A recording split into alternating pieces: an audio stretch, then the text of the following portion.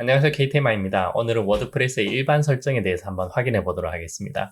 몇 가지 설정은 여러분들이 홈페이지나 블로그를 운영하실 때 검색 엔진 노출과 직접적으로 연결이 되어 있는 부분이기 때문에 꼭 확인하시고 설정을 맞춰 보시기 바랍니다.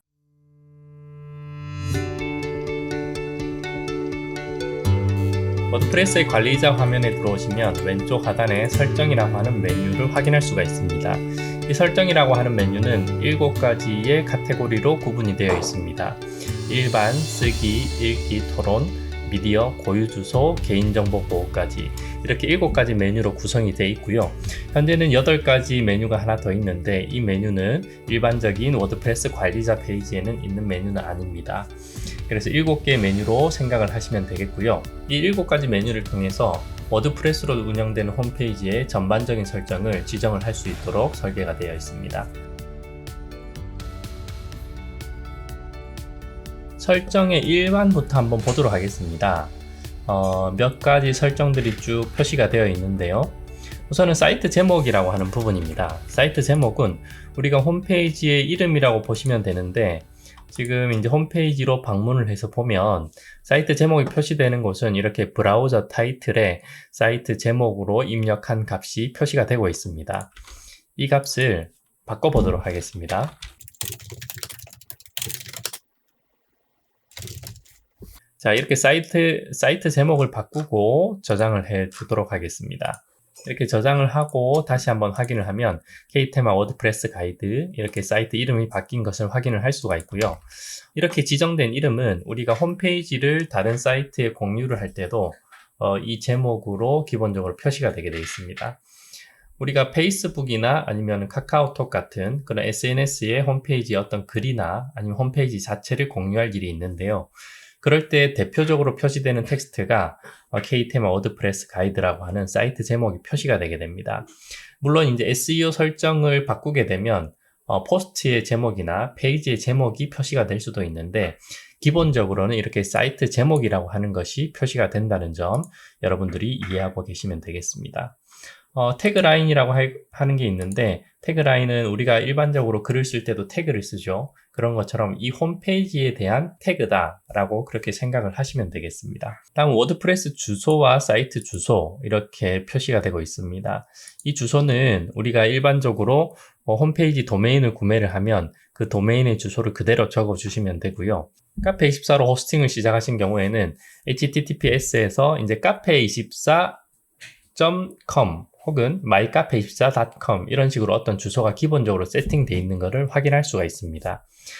그러면 그렇게 이제 그대로 사용하셔도 되고 도메인을 구매를 해서 카페24나 여러분들의 호스팅사에 이제 도메인을 설정을 해 놓으셨다면 그 도메인 이름을 한 번 더 이곳에서 설정을 해 주셔야 됩니다. 이 부분에 대한 설명은 제가 이전 강의에서 도메인 연결에 관한 부분을 따로 설명 한번 드렸으니까 참조를 해 주시면 되겠습니다. 주의를 하실 것은 여기에서 이제 HTTPS를 붙이냐 안 붙이냐라고 하는 부분이 있는데 사실 HTTPS를 안 붙여도 접속이 되긴 합니다. 하지만 여러분들이 호스팅 업체에서 HTTPS를 다 붙인 상태로 설정을 하셨다면 여기 워드프레스에서도 동일하게 HTTPS를 다 붙이셔야 되고요. 호스팅사에서 HTTPS를 안 붙이고 HTTP까지만 하셨다면 여기에서도 동일하게 HTTP까지 설정을 해 주시면 되겠습니다. 관리자 이메일 주소 입력을 해 주시고요. 이메일 주소 입력 안 하시면 나중에 혹시 비밀번호 잊어버렸을 때 그때 찾기가 어려우니까 꼭 이렇게 입력을 해 주시면 되겠고요. 멤버십이라고 하는 부분이 있습니다. 이거는 이제 이 사이트에 회원 가입을 할 수 있냐 없냐를 설정을 해 주는 겁니다. 지금은 체크가 안 되어 있기 때문에 가입을 할 수가 없습니다. 한번 보시면 자 이렇게 파이어폭스 다른 브라우저로 한번 확인을 해보면 로그인하는 창에 별도의 회원 가입에 관한 메뉴가 없습니다. 자 돌아와서 체크를 하고 저장을 하게 되면 네, 이렇게 회원 가입이라고 하는 메뉴가 생기고 클릭해서 들어가면 사용자명 이메일을 전송을 하면 회원 가입을 위한 이메일이 발송이 되는 것을 확인을 할 수가 있습니다. 그래서 설정에서 멤버십이라고 하는 부분을 체크를 해서 사용하면 회원가입을 이용을 할 수가 있습니다. 사실은 워드프레스에서 제공하는 회원가입은 굉장히 간단한 폼으로 제공이 되고 있습니다. 이메일과 사용자 이름만 넣으면 회원가입이 되게 돼 있고요. 실제적으로 우리가 커뮤니티나 회사 홈페이지에서 이용하는 회원가입은 이보다 훨씬 더 복잡한 폼을 가지고 있죠. 그래서 그런 폼에 대해서는 얼티밋 멤버나 아니면 WP 멤버스 같은 별도의 플러그인을 이용해야 되는 점을 여러분들이 숙지하고 계시면 되겠습니다. 새 사용자의 기본 역할이라고 나와 있는데요. 처음에 회원가입을 하면 어떤 그룹, 어떤 사용자 롤로 가입이 될 것인가에 대한 부분인데 현재는 구독자로 되어 있고요.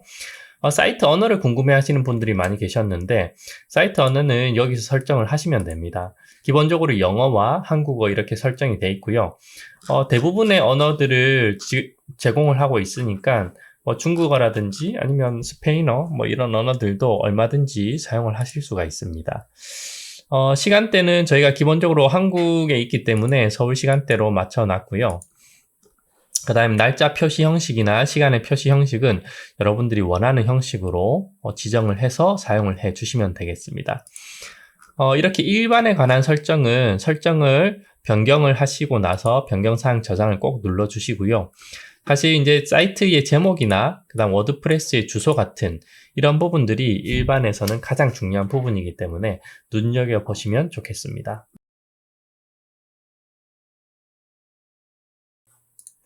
설정에서 쓰기 부분 확인해 보겠습니다. 기본 글 카테고리라고 되어 있는데 기본적으로 우리가 포스트를 이제 글을 쓰면 어떤 분류에 어떤 카테고리에 속하게 할 것인가를 지정을 할 수가 있고요. 기본 글쓰기 형식이라고 하는 것이 있습니다. 글을 쓸 때 어떤 형식으로 글을 쓸지 선택하는 옵션이 있는데요. 표준으로 해 놓으시면 되겠습니다. 나머지 부분들은 크게 보실 부분은 없기 때문에 이렇게 두 가지 항목 확인해 주시면 되겠습니다. 설정에서 읽기 부분 한번 보겠습니다. 홈페이지 표시라고 하는 부분이 있는데요. 이 홈페이지 표시는 뭐냐면 처음 이 홈페이지에 접속을 했을 때 사용자에게 어떤 화면을 보여줄 것이냐라고 하는 것입니다. 첫 화면이죠. 여기서는 최신 글이라고 되어 있습니다. 워드프레스 자체가 블로그 태생이기 때문에 글을 굉장히 중요하게 생각을 하는데 그래서 기본 설정도 최신 글로 되어 있습니다. 홈페이지 처음 접속을 하면 최신 글이 보여지게 되어 있고요. 그게 아니라 내가 원하는 어떤 페이지가 표시되게 하고 싶다라고 하면 이렇게 정적인 페이지라고 하는 것을 선택을 해서 홈페이지라고 이렇게 쭉 보시면 됩니다. 그러면 홈페이지에서 내가 만들어 놓은 페이지 중에서 하나를 첫 화면으로 선택을 할 수가 있습니다. 그러면 간단하게 한번 해볼까요? 페이지라고 하는 곳으로 이동을 해서 새로 추가를 한번 해보시기 바랍니다. 새로 추가해서 메인 화면, 첫 화면 이렇게 공개를 하도록 하겠습니다. 이렇게 공개를 해주고 다시 새로 고침을 하게 되면요. 정적인 페이지에 가서 보면 첫 화면이라고 하는 게 있습니다. 그럼 이 첫 화면으로 놓고 저장을 하게 되면 사이트 방문을 하면 첫 화면입니다. 이렇게 우리가 만든 페이지가 표시가 되는 것을 확인을 할 수가 있습니다. 그래서 이 홈페이지에 들어왔을 때 어떤 화면을 보여줄 것이냐 라고 하는 것을 이렇게 선택을 해 주시면 되겠고요. 페이지당 보여줄 글의 수, 그 다음에 가장 최근에 배급 피드 수라고 하는 항목들은 그냥 기본적으로 10개 그렇게 놔둬 주시면 되겠습니다.